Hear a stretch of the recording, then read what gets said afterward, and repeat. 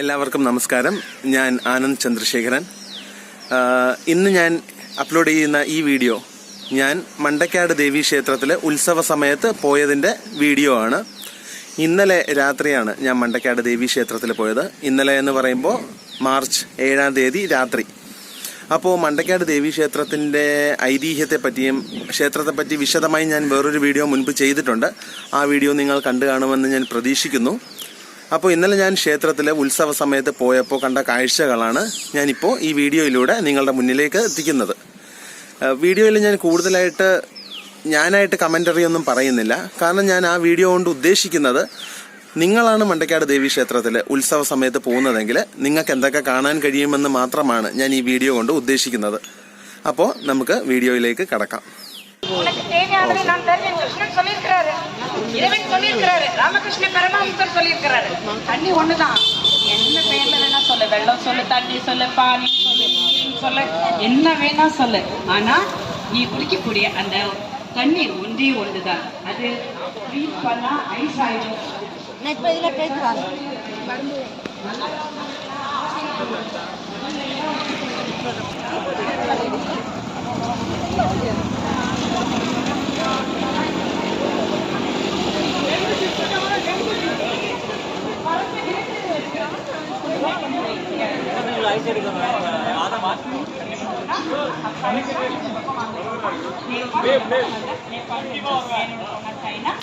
നിങ്ങൾ മണ്ടക്കാട് ദേവീക്ഷേത്രത്തിലെ ഉത്സവ സമയത്ത് പോകുവാൻ ഉദ്ദേശിക്കുന്നുണ്ടെങ്കിൽ കഴിയുന്നതും വൈകുന്നേരം പോകുവാൻ ശ്രമിക്കുക.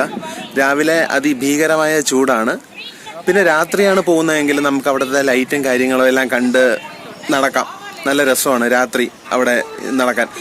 ഉച്ചയ്ക്ക് ഭയങ്കര ചൂടാണ്. അതുകൊണ്ട് തന്നെയാണ് ഞാൻ ഇന്നലെ രാത്രി അവിടെ പോകുവാൻ തീരുമാനിച്ചത്. റോഡിൻ്റെ രണ്ട് സൈഡും ഇഷ്ടം പോലെ കടകളാണ്. കുട്ടികളെല്ലാം കൊണ്ടാണ് പോകുന്നതെങ്കിൽ അവർക്ക് അവരുടെ കണ്ണ് തള്ളിപ്പോകുന്ന രീതിയിൽ അത്രയ്ക്ക് നമ്മളുടെ ഭയങ്കര മോഡേൺ കളിപ്പാട്ടങ്ങളൊന്നുമല്ല. നമ്മുടെ എല്ലാം കുട്ടിക്കാലത്ത് നമ്മളെല്ലാം കണ്ടിരുന്ന തരം കളിപ്പാട്ടങ്ങളെല്ലാമാണ് അവിടെ വച്ചേക്കുന്നത്, കുഞ്ഞുങ്ങൾക്ക് വാങ്ങിക്കാൻ വേണ്ടിയും. അതല്ലാതെ തന്നെ വീട്ടമ്മമാർക്കുള്ള ഉപകരണങ്ങൾ അല്ലെങ്കിൽ അടുക്കളയിലേക്കുള്ള വസ്തുക്കൾ, പൊതുവെ ഇഷ്ടംപോലെ സാധനങ്ങളുണ്ട് വാങ്ങിക്കാൻ. നമുക്ക് ക്ഷേത്രത്തിൽ പോകുന്നതിൻ്റെ കൂടെ തന്നെ ആ ഒരു ഉത്സവത്തിൻ്റെ ഒരു അന്തരീക്ഷം, ഒരു ഉത്സവത്തിൻ്റെ ഒരു മൂഡ് ലഭിക്കുവാൻ രാത്രി പോകുന്നതാണ് വളരെ നല്ലത്. அப்போ இந்த தேசம் எட்டு வரை இருக்கு அப்படின்னு பார்த்தீங்கன்னா, இன்னைக்கு இருக்கிற பாரசீகம் அல்லது மெசபடோமியா அப்படின்லாம் சொல்லுவோம். இந்த பக்கத்தில் போனீங்கன்னா ஆப்கானிஸ்தான், அதுக்கு அந்த பக்கத்தில் இருக்கக்கூடிய ஈரான், அந்த பக்கம் இருக்கக்கூடிய ஈரான், இந்த தேசத்துல எல்லாம் இன்னைக்கும் மண்ணு தோண்டுனா சிவலிங்கம் தான் கிடைக்குது, வேற எதுவும் கிடைக்கிறது இல்லை. ஆப்பிரிக்க தேசங்களில் இந்த வழிபாட்டு முறைகள் நமது தேசத்தில்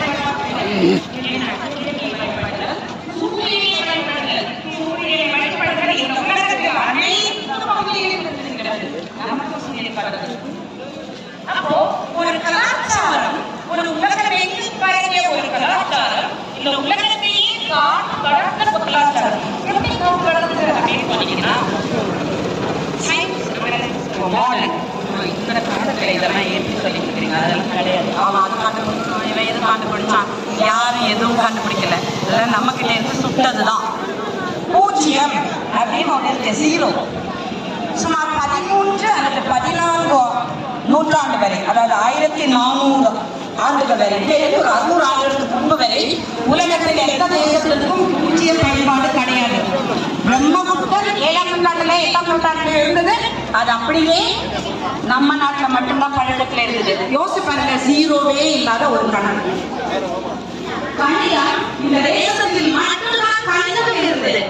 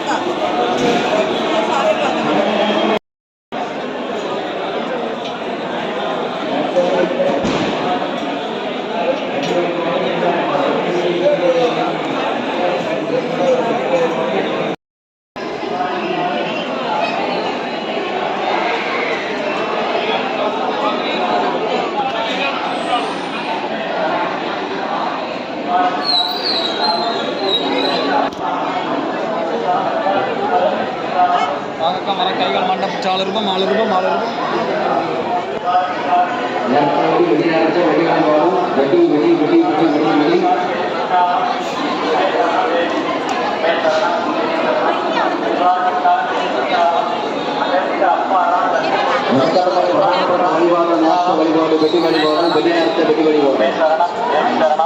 வழிபாடு பிரசாதம் தேவி பிரசாதம் மண்டைப்புட்ட அப்பா அரான லட்ச முறுப்பு பிரசாதம் வழிபாடு பிரசாதம் தேவி பிரசாதம் മണ്ടകടം നേർച്ചയോട് എന്ന്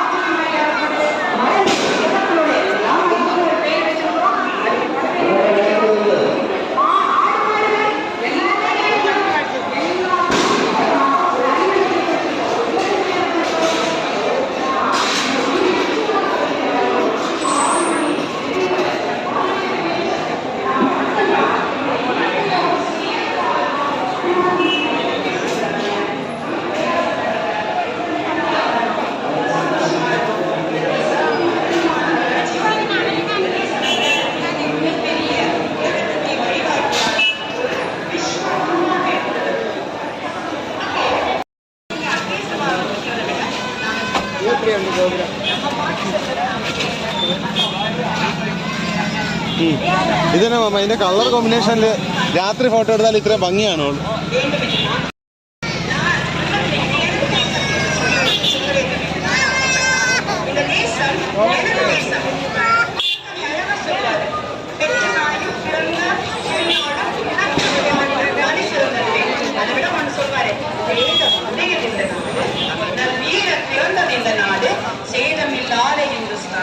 இதை தெய்வம் என்று கும்பிடுப்பாங்க. அதுதான் இந்த தேசத்தோட சிறப்பே. இந்த தேசத்துலதான் கல்லு சாமி, மண்ணு சாமி. நம்ம ஊர்ல குழந்தை வச்சிருக்கோம், வீட்டுல பூதத்தான் நைனால வச்சிருக்கோங்க தெரியும். அவங்க ஊர்ல இருந்து வீட்டுக்கு வீடு கட்டிட்டு வந்திருப்பாங்க. அந்த சாமியை கூப்பிட்டு வரணும். எப்படி கூட்டிட்டு வரணும்? அங்க போயிட்டு சாமிக்கு விளக்கெல்லாம் நிறுத்தி இன்னைக்கு நல்லா மேலெல்லாம் வச்சு சாமி கொடுத்து ஒரு பிடி மண் எடுத்துக்கொண்டு கட்டணும். ஒரு பழக்கம் இது. மண்ணு இந்த தெய்வம்.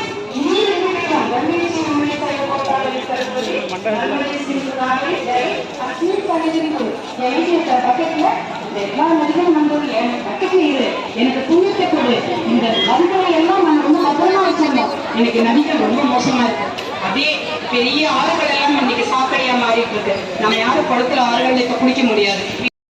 மண்ணுங்கிறாங்க. என்னைக்கு நம்ம மனசுல இருந்து இந்த தேசம் தெய்வம் இல்ல மண்ணு அப்படின்னு ஸ்ட்ராங்கா விதைக்கப்பட்டமோ அன்னைக்கு நம்மளுடைய தேசத்தின் அழிவு ஆரம்பமாகி விட்டது.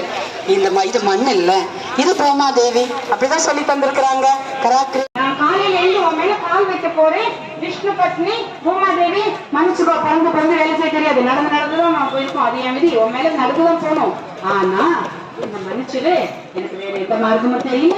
அதனால இந்த குழந்தைய மன்னிச்சு அம்மான காலையில எழும்புறதுல இருந்து ராத்திரி தூங்குற வரைக்கும் ஒவ்வொரு தர்மத்தை நாம கடைபிடிப்பதனால்தான் இந்த தேசம் உலகத்திற்கு வழிகாட்டியாக உள்ளது. இந்த தேசம் உலகத்தை பாதுகாத்துக் கொண்டிருந்தது. உலகத்திற்கு விஸ்வகுருவாக இருந்தது. நாம் ஒவ்வொருவரும் ஒரு சின்ன என் குழந்தைக்கு எல்லாமே குளோபலைஸ்ட் எஜுகேஷன் ஆயிடுச்சு. பேச்சாளர் அவர்கள் சென்னையில இருந்து இங்கே வருகின்ற இந்த நிகழ்வில் கலந்து கொண்டு அற்புதமாக உருவாக்கி அமர்ந்திருக்கின்றார்கள். அவர்களுக்கு கைத்தறி சேவா சங்கத்தின் சார்பில் மனமார்ந்த நன்றிகளை தெரிவித்து இந்த கைத்தறி அடைய பொன்னாடையாக பொருத்தி சிறப்பு நிகழ்ச்சியில் காவல்துறை அன்பான வேண்டுகோள்.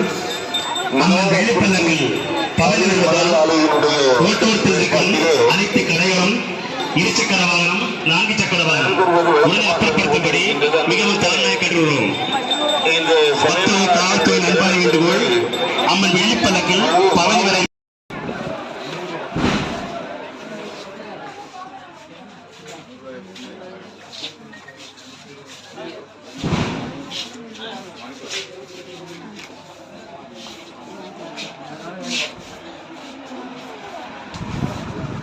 മണ്ടക്കാട് ദേവീക്ഷേത്രത്തിൻ്റെ അടുത്തായിട്ട് തന്നെയാണ് മണ്ടക്കാട് കടൽ തീരമുള്ളത്.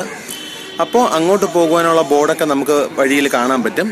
അവിടെയും ഇഷ്ടംപോലെ കടകളുണ്ട് 2 സൈഡിലായിട്ട്.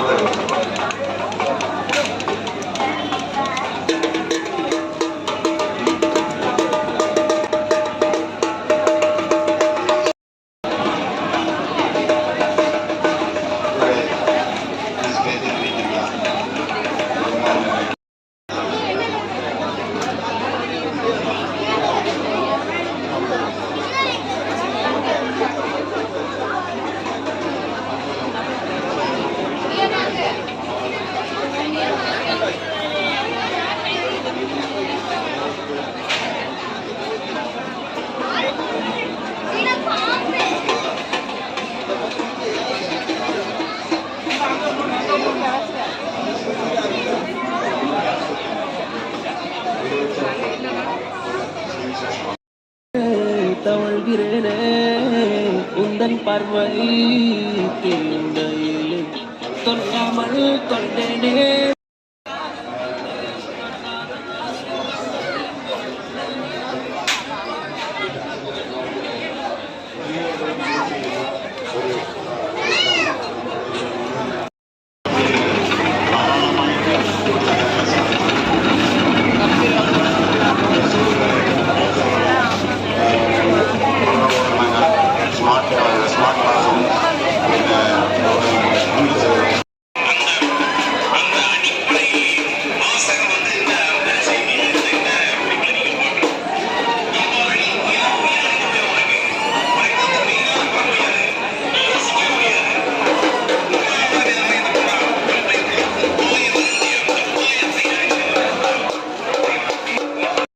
പിന്നെ ഫുൾ ടൈം ബസ് സർവീസ് ഉണ്ട്. തിരുവനന്തപുരത്ത് നിന്നാണ് നിങ്ങൾ പോകുന്നതെങ്കിൽ നിങ്ങൾക്ക് ഡയറക്റ്റ് ബസ് തന്നെ കിട്ടും മണ്ടക്കാട് ക്ഷേത്രത്തിലേക്ക് എത്തുവാൻ. അപ്പോൾ ഇതൊക്കെയാണ് മണ്ടക്കാട് ദേവി ക്ഷേത്രത്തിലെ ഉത്സവ സമയത്തെ കാഴ്ചകൾ.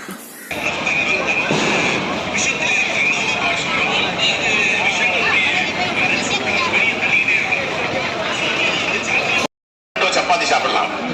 நீ ஆயிரக்கணக்கான கோடி சேர்த்து என்ன பிரயோஜனம்? நமக்கு வயதுக்கு இவ்வளவுதான் இடம் கொடுத்திருக்கிறான் ஆண்டவன் ஆரோக்கியமாக இருக்கிறதுக்கு. சோ இந்த ஒரு தத்துவத்தை அடிப்படையாக கொண்டுதான் அவன் மிக நம்முடைய நோய்களை தீர்ப்பது மட்டுமில்லாமல். ഹലോ, അങ്ങനെ മണ്ടക്കാട് ക്ഷേത്രത്തിൽ പോയി തൊഴുതു. എന്നിട്ട് രാത്രി മാമന്റെ വീട്ടിൽ കിടന്നുറങ്ങി. ഇന്ന് രാവിലെ തിരിച്ച് ട്രെയിനിൽ നമ്മൾ തിരുവനന്തപുരത്തോട് പൊക്കോണ്ടിരിക്കുകയാണ്. എരണിയൽ റെയിൽവേ സ്റ്റേഷനിൽ നിന്ന് കയറി തിരുവനന്തപുരത്തോട്ട് പൊക്കോണ്ടിരിക്കുന്നു. അപ്പോൾ മണ്ടക്കാട് ക്ഷേത്രത്തിന്റെ ഉത്സവത്തിന്റെ കാഴ്ചകളാണ് നിങ്ങൾ കണ്ടത്. പ്രത്യേകിച്ച് അങ്ങനെ ഒരു നറേഷൻ കൊടുക്കാൻ മാത്രമൊന്നുമില്ല. ക്ഷേത്രം മൊത്തം ലൈറ്റൊക്കെ ഇട്ട് നല്ല ഭംഗിയായിട്ടുണ്ട്. പിന്നെ എണ്ണിയാൽ ഒടുങ്ങാത്ത അത്രയും കടകളാണ് ക്ഷേത്രത്തിന് ചുറ്റും. അതിനൊക്കെ ഒരു കമന്ററി പറയാൻ മാത്രമൊന്നുമില്ല, കാരണം അത്രമാത്രം കടകളാണ്. കുറെ വീഡിയോ എടുത്ത് കഴിയുമ്പോൾ പിന്നെ എനിക്ക് തന്നെ തോന്നി നിങ്ങൾക്കിനി ബോറടിച്ചാലോ എന്ന് വിചാരിച്ചിട്ട് ഞാൻ പിന്നെ വീഡിയോ എടുക്കുന്നത് നിർത്തിയതാണ്. എന്തായാലും നിങ്ങൾക്ക് മണ്ടക്കാട് ക്ഷേത്രത്തിൽ പോകാനാണെങ്കിൽ തിരുവനന്തപുരത്ത് നിന്ന് ഡയറക്റ്റ് ബസ്സുണ്ട്. നേരെ ക്ഷേത്രത്തിന്റെ അതുവരെ പോവാം. തിരിച്ചു വരാനും നല്ല ബസ് സർവീസൊക്കെ ഉണ്ട്. നിങ്ങൾക്കിനി ട്രെയിനിൽ പോകാനാണ് താല്പര്യമെങ്കിൽ തമ്പാനൂർ റെയിൽവേ സ്റ്റേഷനിൽ നിന്ന് ഇരണിയൽ എന്ന് പറഞ്ഞ റെയിൽവേ സ്റ്റേഷനിലാണ് ഇറങ്ങേണ്ടത്. എരണിയൽ റെയിൽവേ സ്റ്റേഷനിൽ നിന്ന് ഇറങ്ങി കുറച്ച് നടക്കുമ്പോൾ തന്നെ മണ്ടക്കാടിലോട്ട് പോകാൻ ഡയറക്റ്റ് ബസ്സൊക്കെ കിട്ടുന്നതാണ്. കാര്യം പറയാൻ മറന്നുപോയി. അപ്പോൾ നിങ്ങൾക്ക് എന്റെ വീഡിയോസ് ഇഷ്ടമാവുന്നുണ്ടെങ്കിൽ ലൈക്ക് ചെയ്യാൻ ശ്രമിക്കുക, അഭിപ്രായങ്ങൾ കമന്റ്സിലൂടെ എന്നെ അറിയിക്കുവാൻ ശ്രമിക്കുക. എന്റെ ചാനൽ ഇതുവരെ നിങ്ങൾ